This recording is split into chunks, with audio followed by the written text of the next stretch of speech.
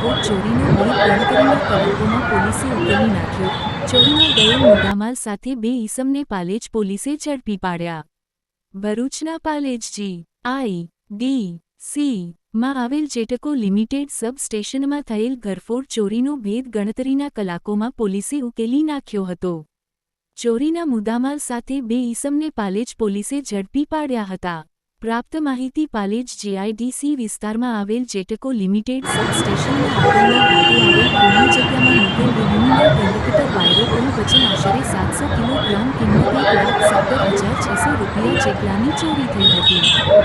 જે અંગે જેટકો લિમિટેડ સબ સ્ટેશનના જુનિયર ઇજનેર દ્વારા પાલેજ પોલીસ મથકમાં ફરિયાદ આપવામાં આવી હતી।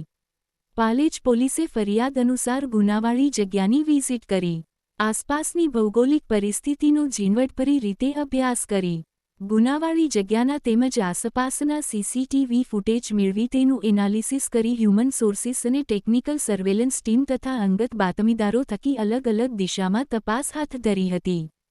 સદર ગરફોડ ચોરીમાં ચોરાયેલ એલ્યુમિનિયમ કંડક્ટર વાયરો આશરે 700 કિલોગ્રામ કિંમત ₹1,70,600 તથા સદર ગુનાના કામે વપરાયેલ ટાટા કંપનીની 207 મોડલની પિકઅપ ગાડી કિંમત ₹2 લાખ ગણી કુલ કિંમત ₹3,70,600 જેટલા મુદ્દામાલ સહિત બે આરોપીઓને ગોધરા ખાતેથી પકડી પાડી મુદ્દામાલ રિકવર કરી ચોરીનો ભેદ ઉકેલી આગળની કાર્યવાહી હાથ ધરવામાં આવી છે।